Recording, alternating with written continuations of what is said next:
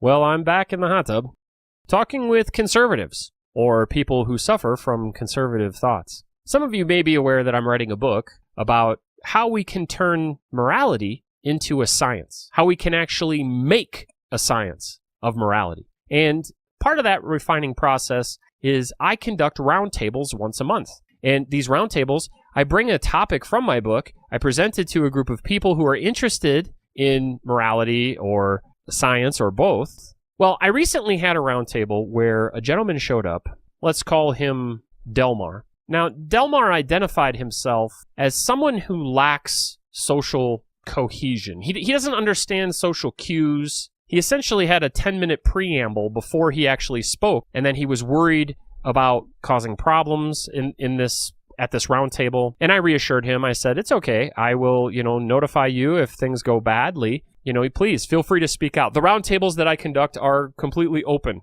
And a lot of the people that attend my presentations fall into a few different categories. And Delmar fell into my least favorite category. He fell into the, for lack of better terminology, now I'm not a psychologist, but he fell into the psychopathy category. You see, normal people, for instance, when they see pictures of a child who's been severely beaten, which is part of my demonstration. I show pictures of children who have been severely beaten, and I talk about how science can demonstrate that the way that their parents abused them was in fact immoral, and the scars and blood and cuts and everything else that are on the child are the evidence that we use to demonstrate that something immoral happened.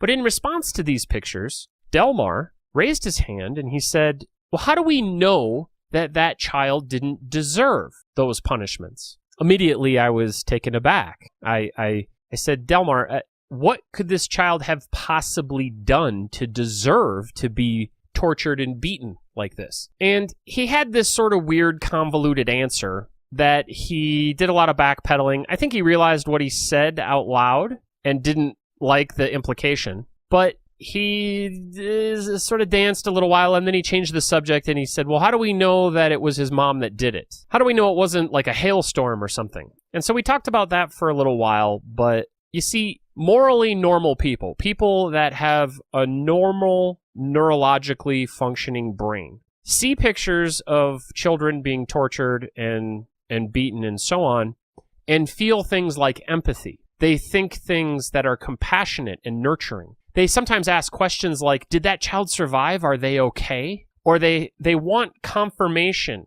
and reassurance that it all worked out in the end, that mother went to jail and that child is safe now. Normally functioning, morally normal people see a tortured child and think something sad, or they feel tortured themselves. They feel slighted. They feel wounded. But people that don't have morally normal brains, meaning their brain chemistry is neurologically abnormal, see a child who's been beaten and think things like what Delmar said. Well, how do we know that that child didn't deserve this? Now, it shouldn't be any surprise to you that beating children is a very conservative idea. In fact, violence in general is very conservative. As somebody who self-identifies as an ultra-progressive, violence is never the answer. But you see, I don't get my quote wisdom, unquote, from places like the Bible, from conservative sources, where it says very clearly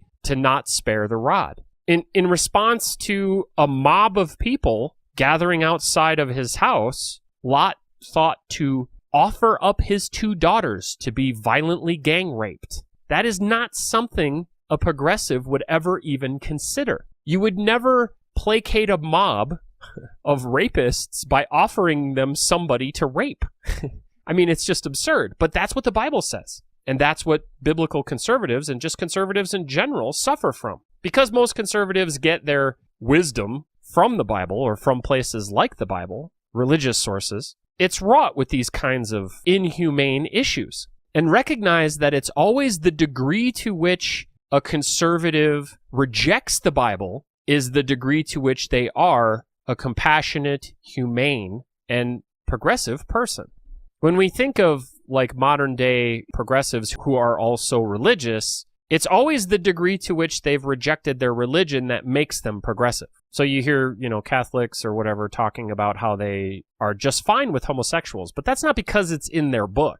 They've rejected and actually are in denial of a multitude of passages that very clearly and distinctly condemn homosexuals, but they say, well, I just don't read that part, or I don't believe in that part. I believe in this other part over here where it says turn the other cheek, or it says love thy neighbor. They always pick some stupid thing that can easily be taken out of context or isn't in itself moral or humane. It's just sort of vague and applies to everything. But if you were to really sit down with somebody like Stephen Colbert, let's say, and ask them why they accept homosexuals, they would say, because they're people, because I empathize with them, and because they have human rights. They would have all these progressive answers. And again, their humanity, their ability to empathize and have compassion is due to their rejection of their books. But the folks that have these conservative thoughts, that suffer from either conservatism or, in this case, in the case of Delmar, he's, I think, a psychopath, or at least he's on the psychopathy spectrum. Those folks are very much in alignment with the religious foundation of their conservatism.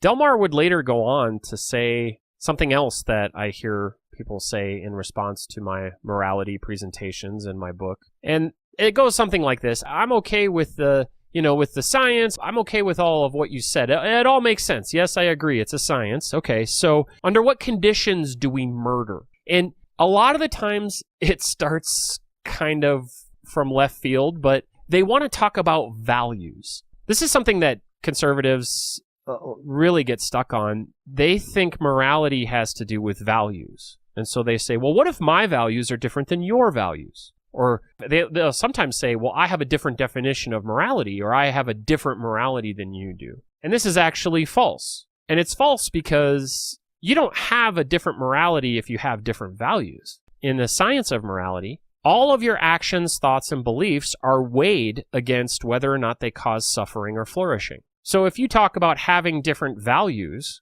and thinking it's okay to cause suffering, or in this case, murder, you're just an immoral person. You're causing suffering, you're causing death. That's immoral. The science demonstrates that with the dead bodies that you produce. That's the evidence that demonstrates that your solutions are immoral. And there is no way to have a different set of values. If you do, let's say, have a different set of values, you're a psychopath, or you have an antisocial personality disorder, or some kind of issue that causes you to fail to be a moral person, to come to a cooperative, mutually beneficial moral outcome. And when I said earlier that that people don't have different values, there's some nuance worth exploring there. People do seem to have different values. There are, in fact, people who don't value life, and they're called psychopaths, or, have some other neurological disorder. But generally speaking, even folks like that value their own lives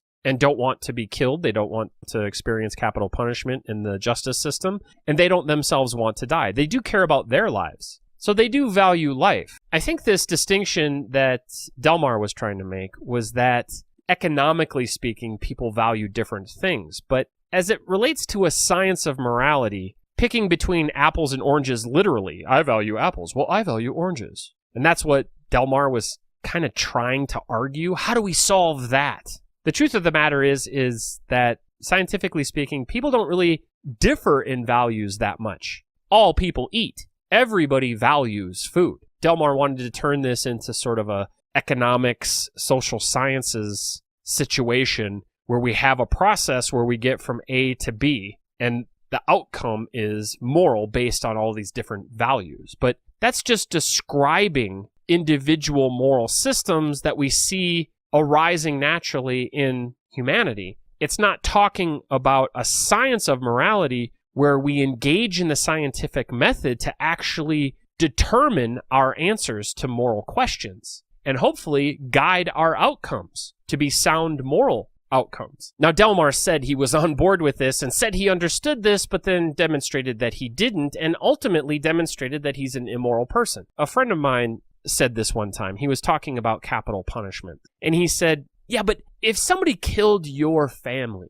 wouldn't you want them to die? And he's trying to defend capital punishment, which is immoral because it causes suffering. The dead body that is a result of the capital punishment sentencing and the carrying out of the execution demonstrates that it's immoral. So I do not support capital punishment. But my friend was just adamant. He said, but if somebody killed your family, wouldn't you want them to die? And I said, well, of course I would. And he said, well, then how can you be against capital punishment? And I said, I'm not Batman. Just because I want something to happen, I want justice. Just because I've been slighted doesn't mean that's how I want society to work. That doesn't mean that it's actually just or moral for society to carry out my wishes. Now, as somebody who engages in the science of morality, I understand why people have bloodlust. I understand why people want other people to die. I've wanted other people to die. I've wanted people I know to die. I've wanted people I don't know to die. I've wanted to kill people before, although I've never actually gave it real consideration, but I've certainly thought about it. I understand where that bloodlust comes from, and I wouldn't expect somebody who was slighted. It doesn't even have to be as severe as somebody killing your whole family. It could be somebody cutting you off in traffic. It could be somebody doing something that embarrassed you, and you kind of want them to die. But I don't want society to actually work that way. I don't want society to carry out my bloodlust wishes. But a conservative never gets that. And especially the kind of conservative I'm talking about here with Delmar. Delmar not only wants people to die, but he wants the state to kill them. He wants to be able to justify killing them with economics, scarcity and trade and money. That's what he was trying to get to when we were discussing this at my roundtable. Now, when he said, well, should we kill people and he was talking about Elon Musk, should we kill people like that? I said, look, Delmar, no matter what, advocating for the murder of people is immoral. We can demonstrate this with science. I have just demonstrated it to you scientifically that it is in fact immoral. So no, there is no narrative where the outcome is we kill people. It's inhumane, it's immoral, and it goes completely against all of the science of morality. So no, if you're going to advocate for killing people,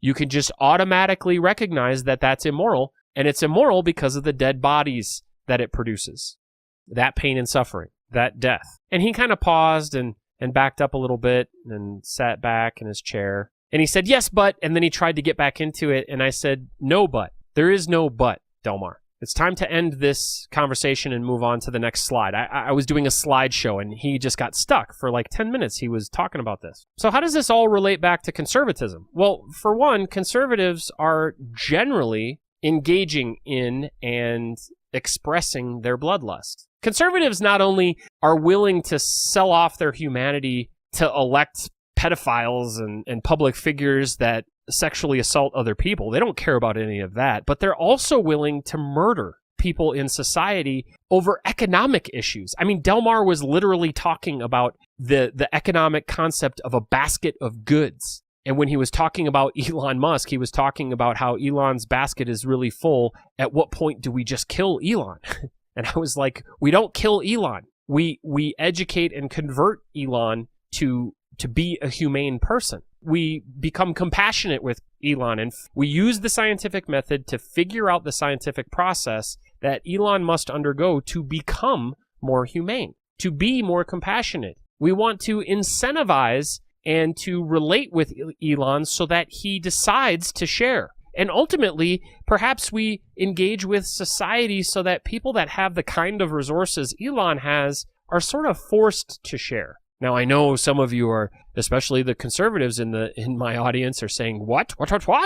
Force him to share? That's tyranny. Okay, well, just put down Atlas Shrugged for a minute and just think about how resources ought to be shared. There's some scenario in your conservative mind where you can understand why we would share and how we would share and how supporting other people and nurturing other people that don't have enough or don't have the things they need so that they do have the things they need is a public benefit and a public good and just good in general. It's good for everybody. Now, I'm not going to get into the politics or the social systems that we would engage in and implement in order to make sure that people like Elon are actually doing good with their money, that they're actually paying their taxes, for instance. But the punchline here is that these thoughts, this conservative thought is always coming from somewhere and is supported by something. And almost always, although a conservative might be so inarticulate that they can't tell you where it comes from,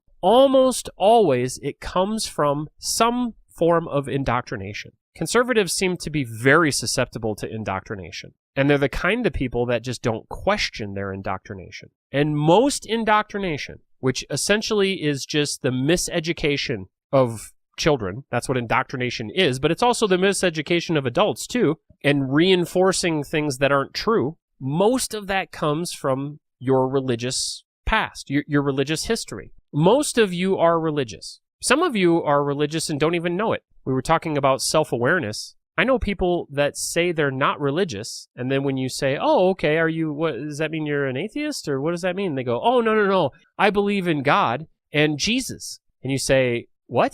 And they go, yeah, Jesus. And I say, so you believe Jesus is the Son of God? And they say, well, yeah. And I say, and you believe there is a God? And they say, yeah. And I say, well, then you're a Christian. And they go, no, I'm not. I don't go to church. That's how stupid people are. That's how lacking self-awareness makes you stupid. You're so stupid you don't even know that you're Christian. I mean, Christian. If you believe that Jesus Christ was the Son of God, you're a Christian. That's the only way to categorize you. So you're religious, and Christianity is a religion. But these goddamn conservatives, they don't even know anything about themselves, and they just make up whatever they feel like saying. It's just absolutely absurd and ridiculous. But that's where this bloodlust comes from, to get back to the point. You can tell I'm a little flustered. I'm sick of this. If you're a religious person, you have to make it okay that God's solution for your original sin was to torture and murder his child to death. That's the solution if you're Christian. And you have to make that torture and murder just. You have to make it a moral thing, when that is absolutely immoral. Jesus' dead body and the suffering that he went through makes that immoral. It makes it an immoral act against an innocent human being. And I'm not saying innocent capital I. I'm just saying Jesus didn't do anything to deserve to be tortured and murdered. And he certainly didn't deserve that to save your sins. And for a conservative person, this is what they must believe. And so bloodlust and the murder of other people, this sentiment that I hear sometimes at my roundtables and my other events where I lecture on morality, people saying, well, when do I get to murder? That's very clearly and obviously a conservative notion. It's a conservative idea